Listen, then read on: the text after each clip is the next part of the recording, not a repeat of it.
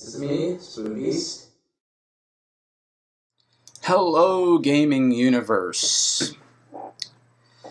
You think I'd be here on a good note, but apparently, like we're talking the end of last week, between the days of Friday and Saturday, I was unavailable to make this video.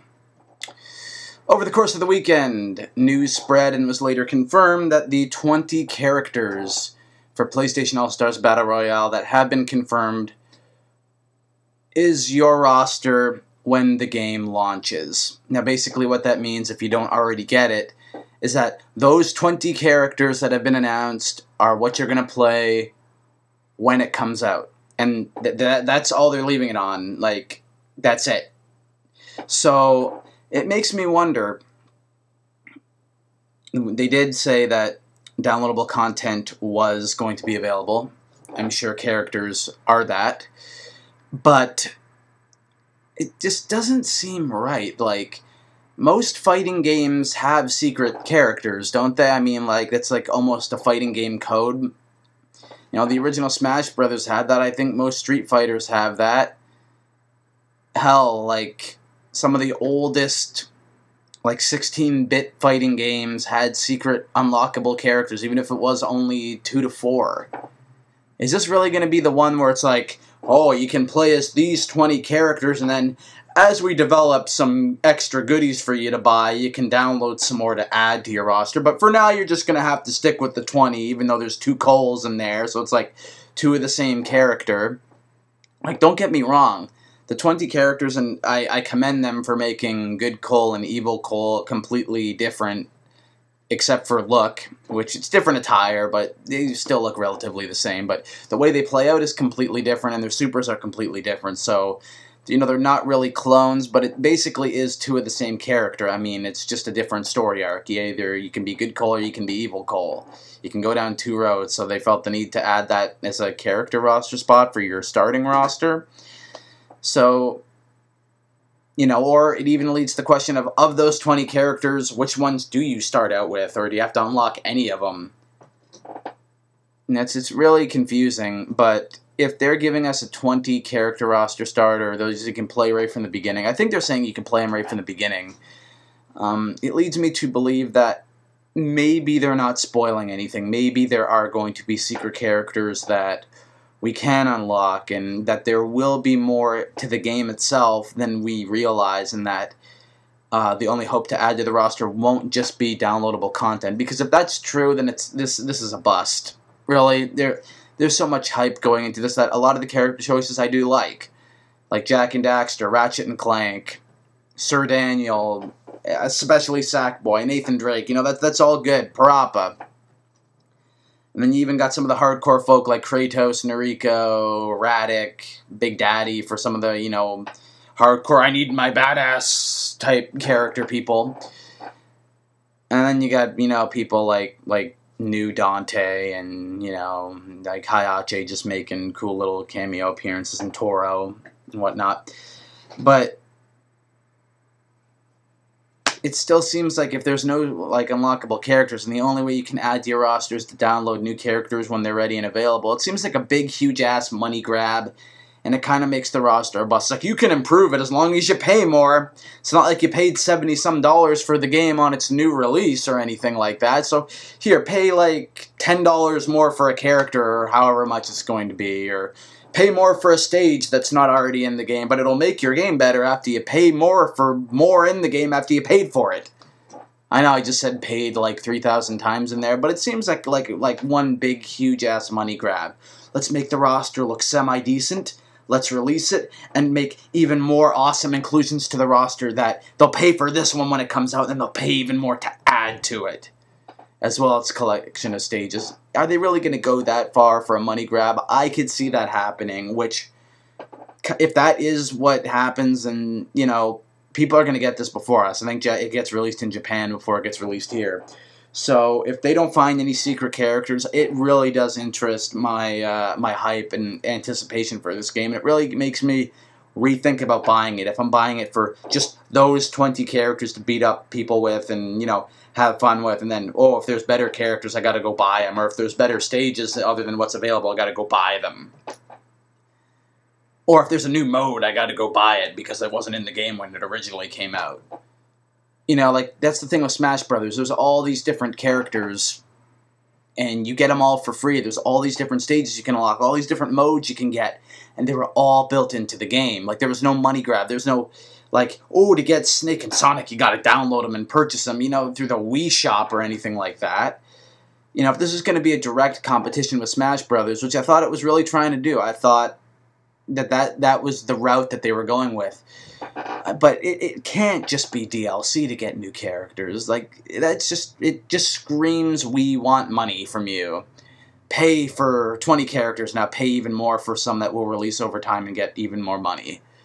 You know, I'm thinking this game can't be the one that just kind of, like, separates itself from the rest of them and says, we have no unlockable characters. I mean, what kind of fighting game is that? Like, I know that really, you know, unlocking characters can be a bitch sometimes, and a lot of people don't like to do it. I can even admit it myself. I thought it was Brawl was easy to unlock all characters. Basically, you beat the subspace and you get every character. Melee was challenging to get every character. And the first Smash Brothers, when you're younger, is probably challenging, but it's not too challenging anymore. And, you know, even other games have probably challenges that you need for unlocking, like, I'm pretty sure Darth Vader and Yoda in their Xbox and PlayStation 3 versions of Soul Calibur, you had to unlock them. I'm sure they weren't a part of the starting roster, and they certainly weren't DLC. So, is this really going to be the one fighting game that says, fuck unlockable characters, you can download them. The way to unlock them is to purchase them. You know, it doesn't seem to fit. Like they said, they're putting all this time and effort into this game to make sure all these all-stars appear, and they're going to do it through downloadable content. Because this isn't completely all-stars. This is like half all-stars, and you get probably the better all-stars if you pay for them later after you already buy the game with the original starting cast. You know, I'm thinking what they're going with here is that they've announced all the characters that you get at the beginning, but there's definitely going to be some spots where there's going to be question marks or spots on the roster that are the gaps that you gotta do stuff that you can unlock different characters. Like, I'm sure people want to see Crash Bandicoot. I mean, I was waiting this whole time for him to be announced, and he's not announced. I thought he was a given. I thought that would have been the first character. Like fuck Big Daddy, fuck Dante, fuck fucking Hayache, blah. You know, you go right after, you know, you go up to Activision and you ask for permission for even both of them, Crash and Spyro. Those are the two main people wanted to see in this game. And maybe they did, maybe Activision shot them down, maybe they still have a chance. Like, I could see Crash possibly being an ultimate unlockable character. Like, he's like the last secret character you unlock to make you piss yourself when it happens or whatever. And maybe they'll use Spyro for DLC. I'm sure people wanted to see Cloud, you know, the most popular Final Fantasy character ever, or Sephiroth, the most popular villain ever. Because Final Fantasy VII apparently is like the most popular Final Fantasy, like, in history. You know, at least Cloud. He's the main protagonist of the most popular Final Fantasy game ever, which was on the first PlayStation. He's as much of an all-star as Crash and Spyro. You know, people probably wanted to see Cat from Gravity Rush because it's a really interesting PlayStation Vita game, and for the cross-play for PlayStation 3 and PlayStation Vita, it'd be good to have kind of one of the very few faces of the Vita from Gravity Rush and Cat, you know, in the game so you can dual play it and kind of promote the PS Vita because saying, oh, this cool character is from Gravity Rush, which is on the PlayStation Vita. Go get it, you know? Like, I still think they have a chance to be in the game as unlockable characters. And then there's always the chance that, you got to pay for them because they're DLC.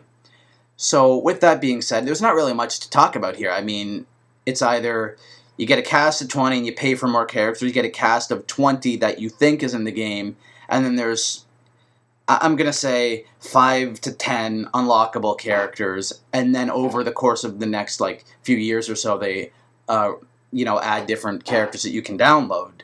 You know, so it's either one way or the other, because I don't really have much more to say other than that. I just hope this isn't one big, huge money grab to see how much money they can make off of putting each character that people really want to see as DLC just so people will pay more after they already paid a good amount of money for the game on launch, or even afterwards, because these games, they keep high in price for, like, ever. I mean, Super Smash Bros. Brawl came out like 4 years ago and just recently went down in price. Like, I think it's recently in the 20s now, but it's been in the 40s and even the 50s for like the past 3.5 years since it came out. And now it's just this year, it's like recently going down in price. So these games take a while to go down in price. So even if you don't get it on launch, you'll be paying for it like $70-some for it. Especially new PlayStation 3 games, they don't come cheap. And DLC on top of that being your only other way to add to your roster doesn't make this game sound too promising. But if you think positively that there could be, 5 to 10 extra hidden spots with mega all-stars because they don't want to announce them before the game's release, then my hopes have gone up. But if it's only DLC, then my interest has dwindled significantly in this game and its release. We'll find out. I mean, Japan gets it before us. I'm sure they'll figure everything out a good month before we get it. Well, like 3 weeks before we get it. So we'll find out then, beginning in November. A month from now, we'll find out all the little hidden, undermined details. And from there, we can make final judgment on, this game and its roster and where we stand with it. But as of right now, the future interest of this game is completely up in the air. Anyway, I'm Spoodbeast, and I'm peacing out. See y'all later, folks.